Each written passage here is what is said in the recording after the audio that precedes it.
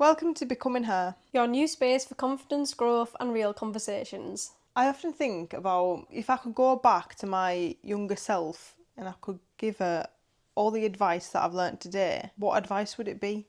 Yeah. Do you ever think about that? Yeah. I think that you could go back and give yourself all the advice in the world, and it's so good to talk about that. We obviously know that you can't change anything. Everything's happened now.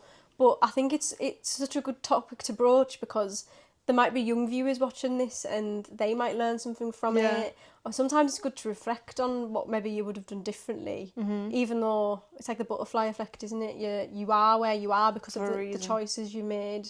Yeah, and you shouldn't have any regrets. Oh, got loads of regrets. I think it's good to talk about it, isn't it? It's good to talk about it and talk It's about... okay, yeah, but this is the other point as well, isn't it? It's okay to have regrets, and it's okay that things didn't go right, but you just got to remember that going forward, you know, you're aware of them. I mean, you could even learn from the mistakes you made when you were younger, because, I mean, mistakes you made when you were younger. I think mistakes are good. Mistakes are what make you the person that you are.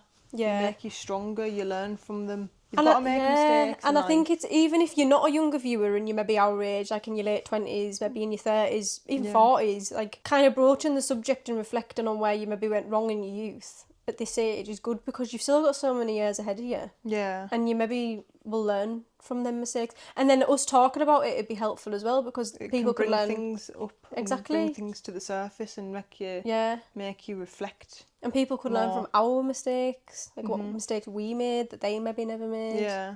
And to avoid. Yeah. And if you're a younger viewer, then this is the episode for you. Yeah, because definitely. There is a lot I wish I knew when I was a kid. Not even just like a specific age gap, but like literally from the age of like maybe mid-secondary school up until the age of like 23, 24. I think that was like, there was a lot in there. I think a lot of it as well comes from what we're not taught when we're younger and like things that we're taught in school and stuff, and I think it's things that you don't get told about as a young person. Well, I'm not being funny, but who the it. hell needs to learn about the anatomy of a leaf? Yeah, exactly. Who needs to know algebra? I can't even remember being taught algebra and pi. If I have a kid now, my kid I'm not going to have no idea when they bring their homework to me. I'm going to have absolutely zero clue. What's it going to be like then? God knows. Well, that's my first thing, is what my mistake when I was a kid. I should have listened better at school. Like, what would you say your biggest insecurity was as a kid? You're not even just a kid, like even when you were like a teenager or... My biggest insecurity was probably not saying how I truly felt to people, whether that was friends, colleagues, teachers, parents. I felt like I couldn't truly say what I thought because I was scared in case they wouldn't like me. I feel like I was a little bit of a people pleaser. Yeah. Because I wanted to be friends with everyone. I wanted everyone to like me, but that's just, you don't go very far in life, and you won't find the real friends if you're not who you truly are, and you don't say how you think and say what you feel, because how you feel, that's you, that's who you are, and that's what your morals are. And if you feel like you can't be honest about that, then you're probably not with the right people. You're probably not surrounding yourself with the right people if you don't feel comfortable to be honest. Yeah. You feel like a bit of like an imposter, like. But not even that. Yeah. That's how I felt. I felt like if I was to be honest right now, I wouldn't be very liked. But for me, if someone's honest with me, I respect that. As long as they're being honest with me in a way that's not sort of belittling. I think that opens up a massive tin of worms, doesn't it? Because there's all these set standards with society. Like, girls are expected to be always aesthetic and pretty and have themselves pulled together and talk like they absolutely love themselves. And then and then I just think it gets to the point where girls just end up so fake, and it's just not nice because like everyone has their own individual personality, and if you can't find the like confidence to say what you think and what you feel and go against what you don't like align with, then you're probably gonna live a very long, boring, like, you're just unhappy gonna end life. up stuck in places you don't want to be. Yeah, that's a good one. Definitely. I think mine was the opposite when I was younger. Like, I was always... Well, not as such the opposite. It was like, I kind of said it how it was a bit too much, and I overshared a bit too much, and I don't know if that's the reason why I ended up in the position I was in. But my biggest insecurity was always feeling like people were talking about me. Like, I remember being at school and sat in lessons, and like I would hear people whispering, and I'd instantly be like, oh my God, they're talking about me. but they're not, like, they probably weren't. They were probably just chatting about the bald teacher or something, like, it probably wasn't about me, but that was mine. It was always caring, Like the same as anxious. yours, like caring too much what people think, but you were more caring what people thought of your opinion, whereas mine was caring what people, like, genuinely thought about me, but then I think that also stemmed from the fact that I was a little bit of a loner at one point, and then I always got the paranoid that people were talking about me. But when I look back, that's one of my biggest regrets, is always just being so scared of what people were saying about us. Like, I shouldn't have cared. That's like the main thing, isn't it? When you're younger, you think too much about what people think about you. And I don't know where that comes from. Like, I don't know if it comes from your parents, or not that I'm blaming parents for it, but I feel like, you know, when you're younger and your parents say, oh, don't do that, or the lady will laugh at you, or don't do that, or like, I feel like when you're growing up and you've got people saying all this, they're drilling all this stuff into your head, and I think that's where it comes from. Do you know what? This is going to probably don't hit a know. few nerves, but I think it comes from a place of almost jealousy, because if you're not the most popular person in your school or your workplace or whatever, and everyone else has their little cliques and stuff, and you maybe aren't a part of that clique, or in your case you probably were a part of the clique, and you didn't want to upset anyone because you didn't want to give your opinion and then think, oh, they're going to shun me and I won't be in the clique anymore. Whereas I was the opposite. I went through a phase of not having a clique, so I was paranoid of what people were saying for me, but then I was also a bit like, oh, why can't I be in there? What's wrong with me? And then it brought out all these insecurities, and I was like, well, there must be something wrong with me because no one wants to be friends with us. But it's actually, I put myself in that place because I didn't have the confidence to just go over and start talking to them. I could have probably took myself out of that situation easily enough. Yeah. But anyways, I think that's why, yeah. I think now I've definitely grew from that, and I do say now to an extent, which I think it's a healthy balance of saying your opinion, your real opinion, if whatever situation you're in, if you've got a friend and you want to be honest about something that they're doing, or that might not be a popular opinion and it might upset them, but as long as it comes from a place of love, I think that's the main thing. Like, don't overthink about what people think about your opinion, because as long as you're being true to yourself, if they don't like that and they want to fall out with you over it, then that's not your person anyways. That's fine. Yeah, I think we could go on a massive whim about like insecurities and people pleasing and all of that, but there's 100 other reasons why, like, advice you might give to yourself as well. Like, I mean, for me personally as well, another massive thing for me was always being stuck in relationships. I think I would go back and say to myself, stop jumping into relationships, because I would be with, and then once I was in it, and it'd be like, you just don't do that. Don't give you so much of your life away. I mean, you're gonna, aren't you? Because you love people. That's just how it is. But it's like, looking back, I wasted so much of my time on people. I'm not just talking about like romantic relationship, but like friendships. Like, the friends I had, absolutely not. No way would I be friends with. I wish I could go back and say I would never do it, because that's made me who I am today. But it just, being friends with the wrong people and allowing yourself to go down certain paths, I think that's one of my biggest regrets. It's being aware of who you surround yourself with, isn't it? And I think at the time, you're always going to know at the time if you're in the wrong friendships or the wrong relationships. You're going to know.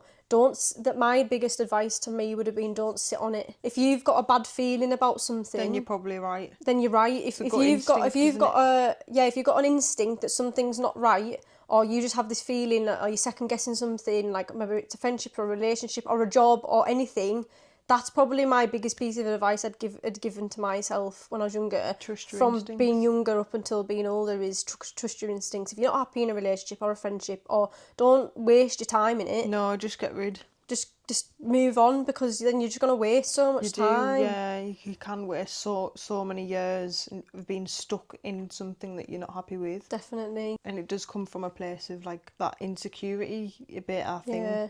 So do you think that's your biggest advice then, would be about your insecurities? I think so. I think the main thing I'm saying is, don't care what other people think about you. That's like the main thing, I think, for me. If I could go back, give advice to my younger self, it would be, don't give a shit about what people think about you. Do what the hell you want to do. Yeah. Say what you think to an extent, obviously. But that also does link into what I was saying about if you've got a gut feeling. Like, if you're in a situation where you don't want to say something because it's going to upset the people around you, then you need to be like, well, why am I in this position then? If I can't say what I think or what I feel, then why would I be in this position? Yeah, don't people please. I feel like people can take your kindness for weakness when you're younger. I think that's a big one. So just don't take shit from anyone and don't care about what other people think. Definitely. I mean, it's important to care about what people think. If you're in the wrong with something and someone's giving you their opinion, then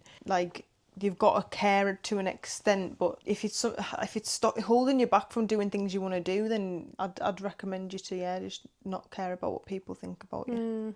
It's easier said than done, but yeah, we could definitely go on about advice in relationships, and like that kind of narrows down to confidence as well. Like, you've got to have a bit more. Wish I had more confidence when I was younger. I had none, absolutely zero. Like I said before, I couldn't go up to people and be like, "Hiya, can I just play with you?"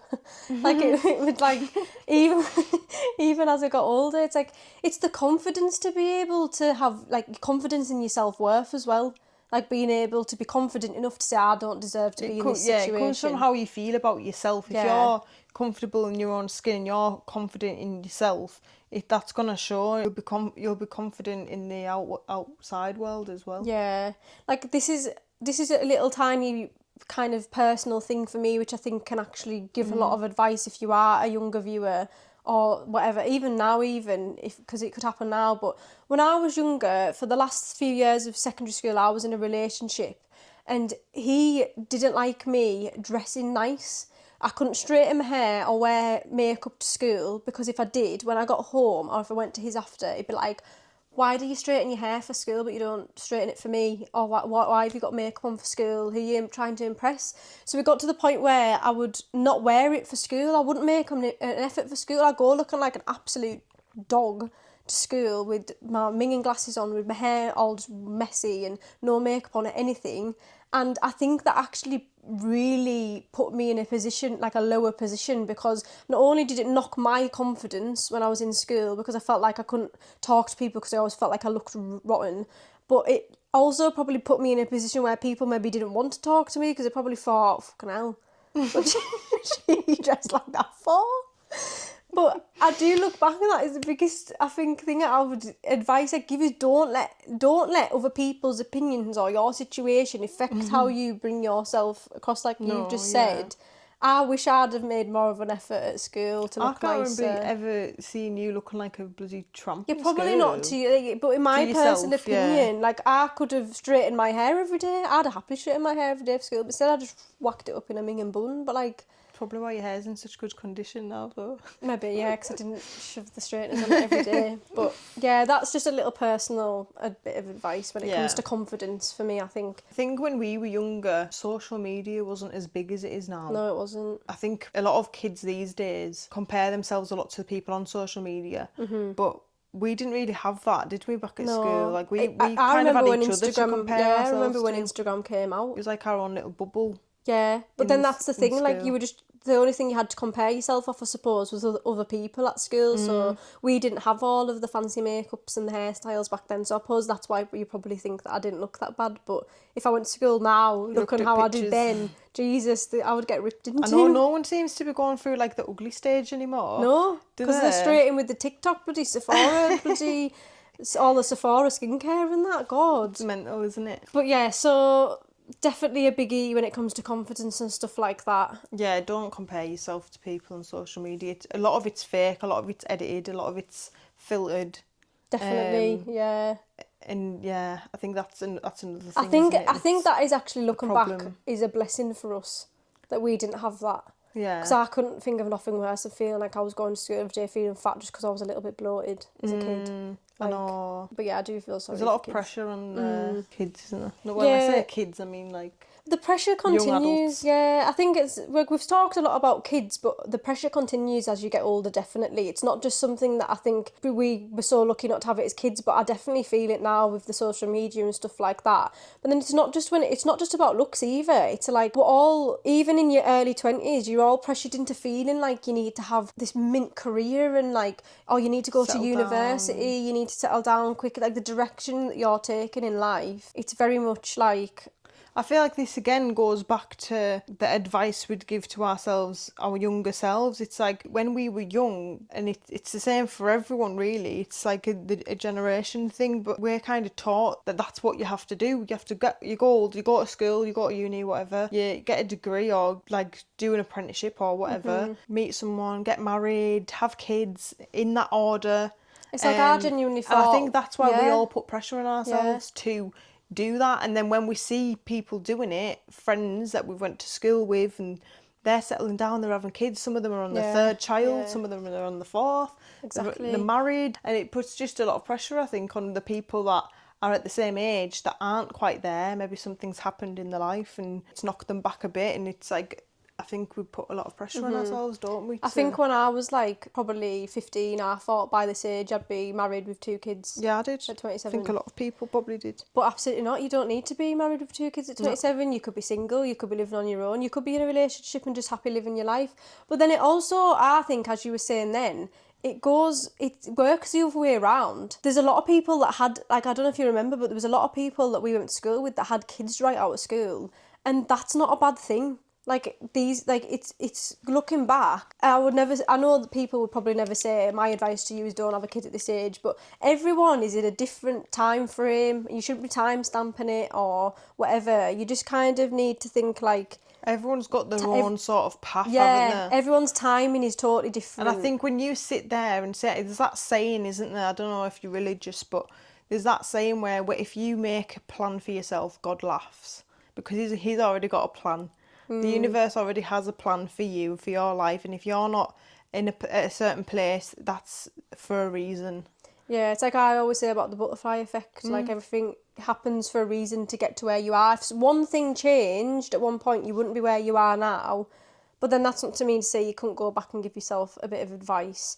But it's like, a big bit of advice is just, if you're in a stage now where you are quite young, just remember that everyone's timing is different. So, like for us now, we're 27 and we've got all of our, like half of our friends have kids, they're married, they're getting married, whatever. But yet we're not in that position yet, but we're happy where we are. Yeah. So that's the main thing, like to just be present and just be happy with where you are at the moment. As long as you know that you're making steps to be the better version of yourself every day, like let's do something better every day, everything will pan out like the way it's supposed to. Yeah, you don't have to have it all figured out. That's a big bit of advice. You don't have put to pressure on yourself. Yeah, that's what we've learned, I think. That's the main reason, isn't it? About all of this is, you don't have to have it all figured out, and you're always going to learn lessons no matter what stage you are in life. I'm still learning lessons now, and I'm pretty sure when You'll learn lessons throughout the whole of your life. There's always going to be shit that happens, and it's how you react to that shit that happens. And yeah,